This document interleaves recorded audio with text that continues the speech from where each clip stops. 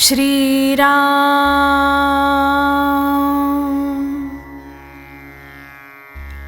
अंतकाळ साधण्यासाठी नामस्मरण.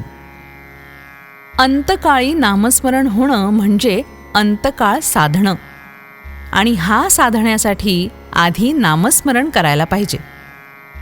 अंतकाळ साधण्यासाठीच जगावं.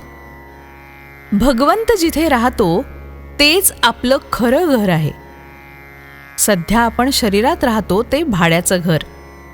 भाड्याचं घर सोडून स्वतःच्या मालकीच्या घरात राहायला जसा आनंद वाटतो ना, तसंच शरीर सोडताना वाटायला पाहिजे.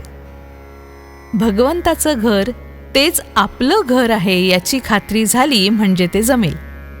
त्यासाठी आपण सतत भगवंताच्या नामात राहावं. मला तू आपला म्हण, माझं मन तुझ्या चरणी अर्पण केलंय, आता मला तुझ्याजवळ काहीही मागण्याची इच्छा न होवो असं मागावं. परमेश्वर आपल्या मागे पुढे आहे असं अखंड मानावं.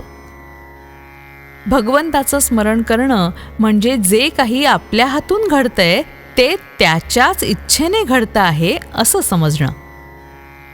प्रपंच हा देवाचा मानून अभिमानरहितपणे तो करणं हा परमार्थ, आणि परमात्म्या वाचून आपला कुणीही नाही याचा दृढनिश्चय होणं याचं नाव ज्ञान.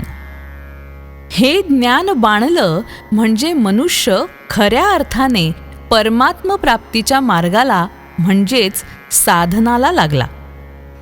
या साधनाने परमात्म्या वाचून दुसरं काही आवडेनासं होतं, आणि ही जी अत्यंत आवड तिलाच भक्ती म्हणतात. या भक्तीची परिपूर्णता अंतकाळ साधण्यात होते.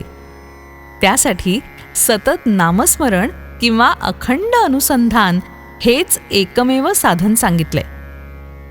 अंतकाळी ज्याने नाम घेतलं त्याच्या विषय वासना मेल्याय असं नसतं.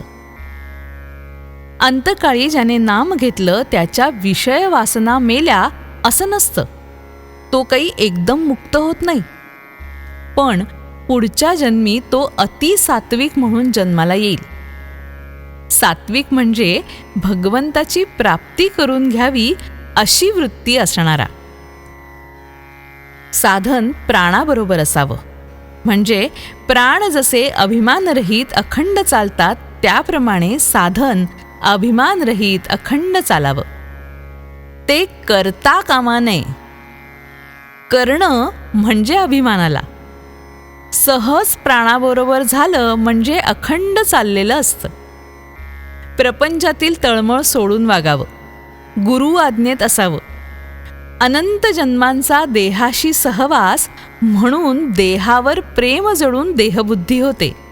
तसाच नामाचा सहवास पुष्कळ करावा म्हणजे विषयाची आसक्ती कमी होऊन नामावर प्रेम जडतं. योगात कष्ट फार. या युगात तो साधणं अशक्यप्रायच, आणि कर्मात तर अभिमान असतो आणि वाढतो. भक्तीत कष्ट नसतात आणि ती करताना अभिमान आपोआप गळत जातो.